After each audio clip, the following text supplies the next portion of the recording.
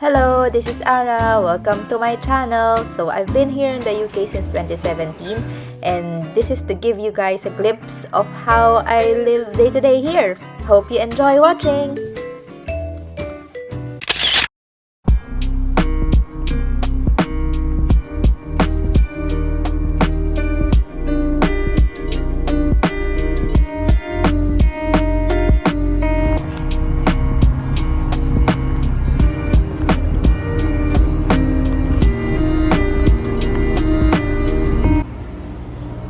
Hello, I'm back.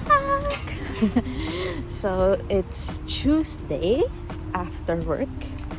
I'm walking home now, and let's see if I can continue this again, like do the vlogs. So yun, I just wanted to have another again. I think sinabi ko to sa last na gusto ko ulit ng creative outlet and to just like have a different thing that I do like besides work. So yeah, it's proper. Well, I think this week parang proper autumn, but yung mga leaves hindi pa siya nagte-turn into orange. But yeah, malamig na ulit. Naka-puffer coat ako today kasi I think yung highest temperature today is 13 degrees. Ayan, and yeah, let's see if I can keep this up again and just do like ordinary stuff, like and show you guys how I go about my daily life here in the UK. Okay, I'll update you later.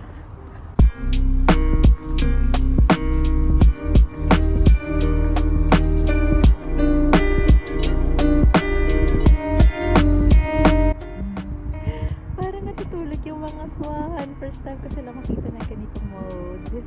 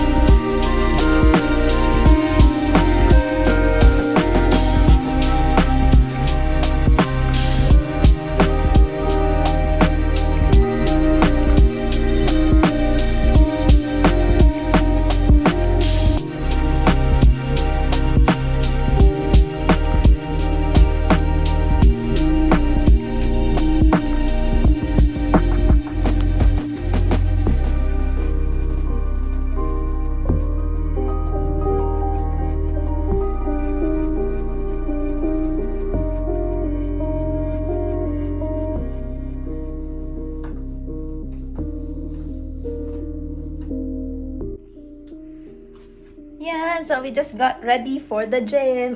The plan tonight is to go work out kasi hindi ako nag-workout kahapon. So yeah, we will just do light workout kasi parang 1 week na ulit ako yata hindi nakapunta ng gym. So yon, and then probably afterwards punta ako ng Aldi to check out because I think may mga need akong bilhin for the house. Well, food. Need ko nung protein, pudding, yun yung dessert ko every night. To make sure na yung protein intake ko for the day is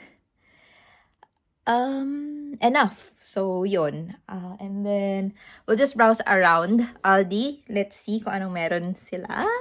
in the middle aisle kasi yun yung laging nakakabiktima sa akin. Laging pag may mga something na nandun, kahit na hindi mo naman kailangan na binibili mo. So, iyon. Papalipasin ko lang muna like usually, I go to the gym like around 7 p.m. para hindi na masyadong madaming tao kasi yung mga kasi yung iba, after work, diretso na sila sa gym. So, after 5 p.m. So, 5 to 7, yun yung busiest time in the gym. So, let's see. Maybe I'll have snacks before I go sa gym. Okay, see ya later.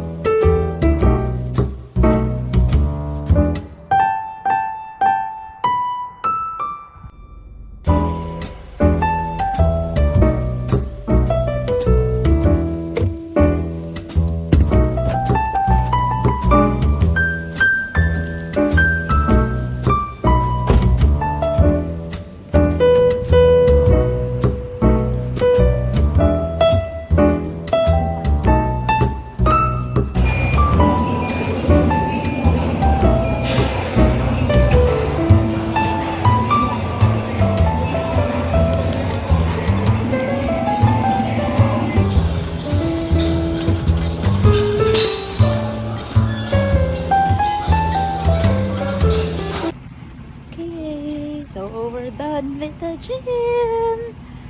Heading to Aldi for groceries. See you there.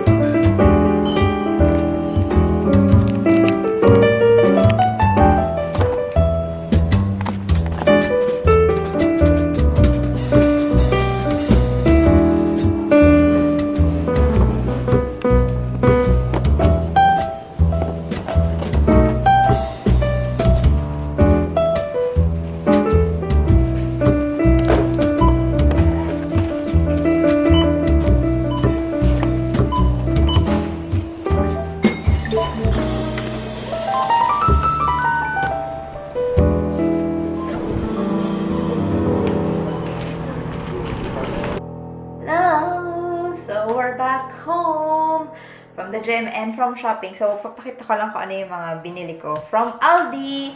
Mga kung ano, random na naman. May nabili na naman akong hindi ko kailangan. So, let's show. So, first, ito, need sa water. So, actually, umiinom ako from the tap. Pero, dito kasi sa fridge, meron siyang water dispenser. Nung nag-install yung, nag-deliver ng fridge, sabi nila dapat daw filtered water yung ilagay ko doon sa fridge para hindi siya hard water kasi dito, so meaning may lime scale siya para daw hindi siya mamuo doon sa dispenser. So yun, sinunod ko lang yung payo nila kuya. Okay, so what did we get from Aldi? Vegan chicken, yan. So nilalagay ko lang sa air fryer for dinner together with noodles. So and then, soya milk, unsweetened.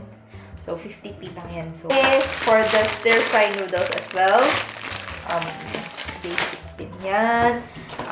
This one, compostable bin. So, para dun sa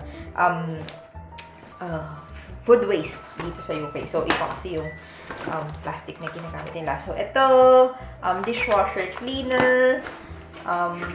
Ito kasi wala na akong stock. So, nilalagay ko to sa toilets. So, sa bathroom. Gel air freshener. Microfiber cloths para sa pagpunas-punas sa mga surfaces and sa mga mirrors.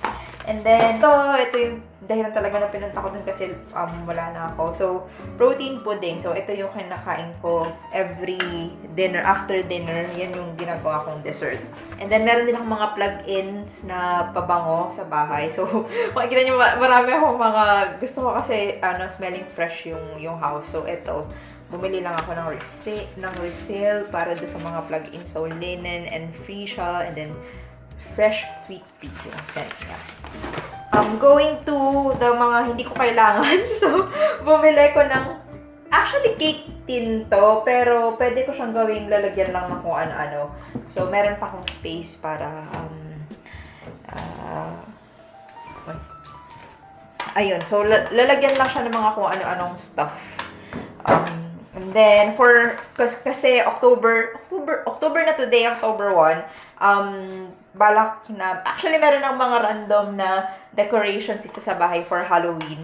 Nagdagdag lang ako. Actually, late na naglabas yung Aldi ng mga decoration. Dapat din talaga ako bibili. So, ito, white spider web. Hindi ko alam kung anong gagawin namin dyan.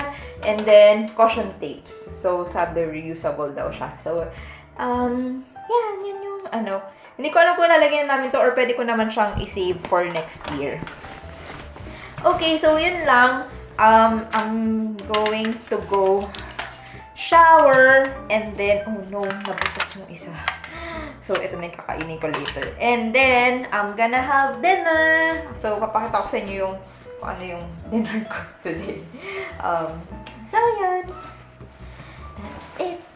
Bye!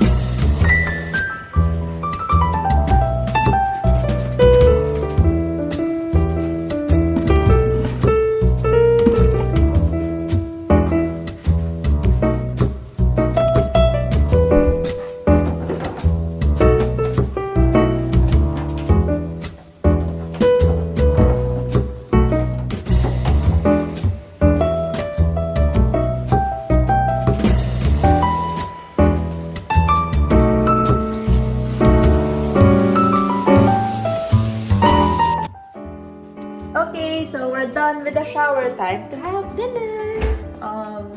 Puro leftovers yung kakainin ko today. So I'll show you and then I'll heat it up in the microwave. Okay. Yan. So what we have is leftover rice. Freezer ko to. So iniwan ko lang siya dun sa fridge para ma-defrost. And then this one, oh, ang dami pa pala nito. Pasta sauce siya, technically. Pero vegan siya. So, hindi ko maalala kung soya chunks ata yung ginamit dito. Luto to ng friend ko. And then, this one is my favorite. So, galing to sa London. Kasi nagpunta ko dun last weekend. So, their parents gave me paneer. So, yan na lang yung natira. Yan yung kakainin natin for dinner tonight.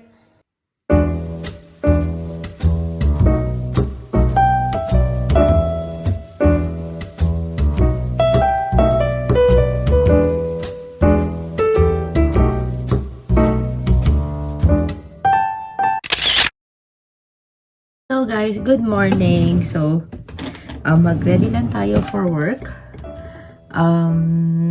Malamig pa din today. 15 degrees yung highest.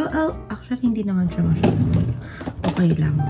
Nagkaroon na ako agad ng first, hindi major, pero nagkaroon ako ng vlogger bubu agad last night kasi sabi ko sa sarili ko, na-transfer ko na agad yung mga videos para sipagin ako mag-edit. Actually, yun yung nag-hold back sa akin. Yung ang tagal kasing mag-transfer ng video sa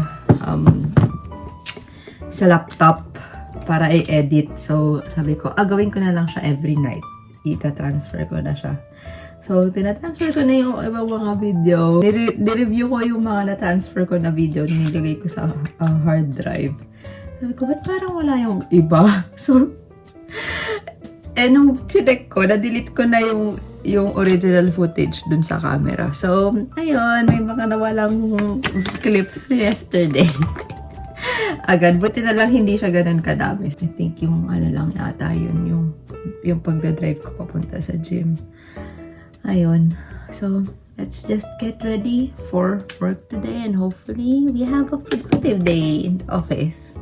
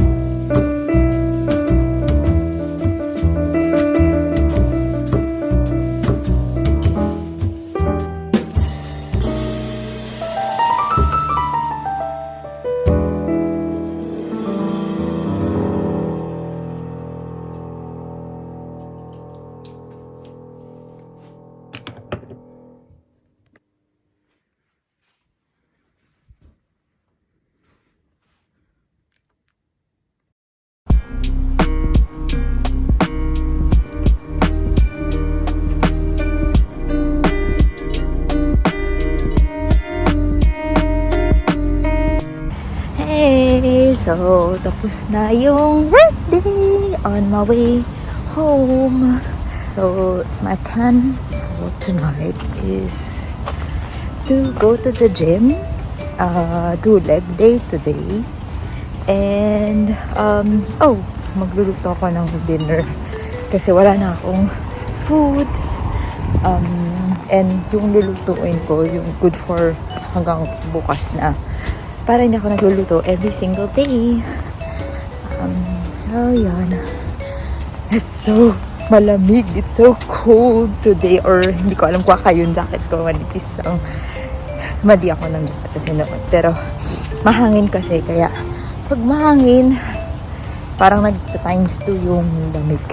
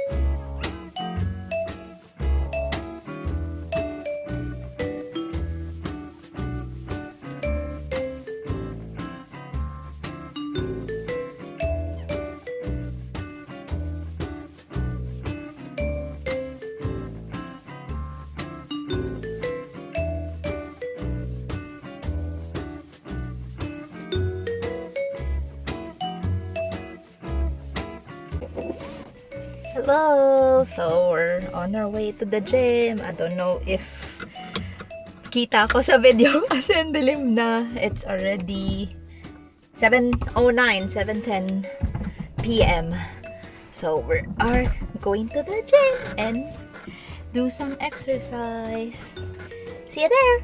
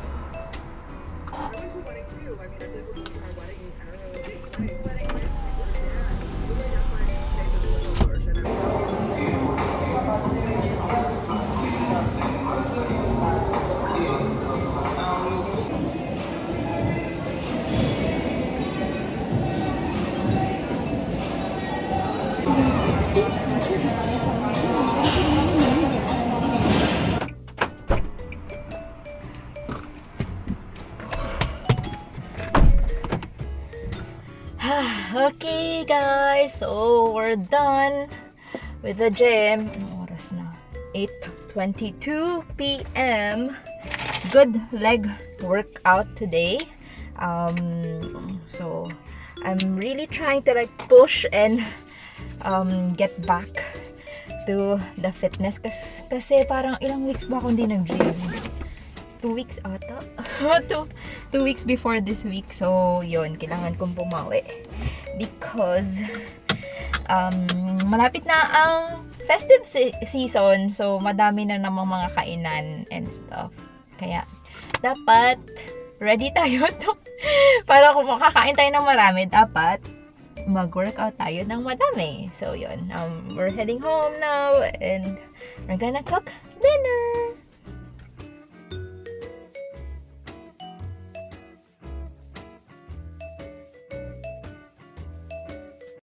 Hello! So, nandito na tayo sa bahay. We're gonna start cooking. Yung lulutuin natin is stir-fry noodles na hanggang bukas na natin kakainin. So, yeah. Cue the cooking montage!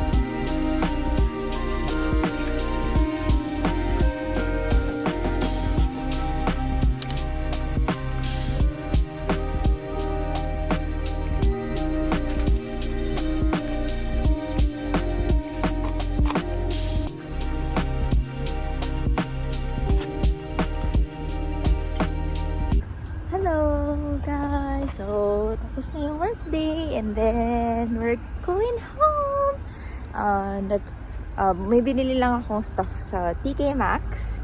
Ganda ng weather today. Look, so clear skies and sobrang sunny kaninang umaga. So very chill lang yung work day today kasi most of the time nasa training lang ako. So 9 to 3 p.m. nasa training lang ako. Very chill today and I cannot wait for it to be Friday. So yeah, ang ganda ng weather, sobra so clear skies. It's been a while since lumabas yung araw dito sa UK, but this is good. We have sun again. See you at home. I'll show you kung ano yung mga binili ko. So pretty.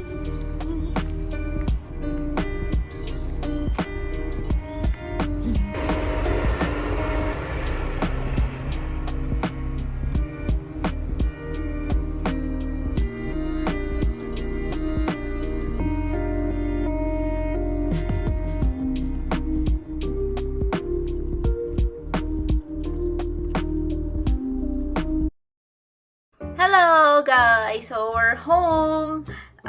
Ito yung mga binili ko sa TK Maxx. So, pinilm ko kanina na tumitingin ako ng mga earrings.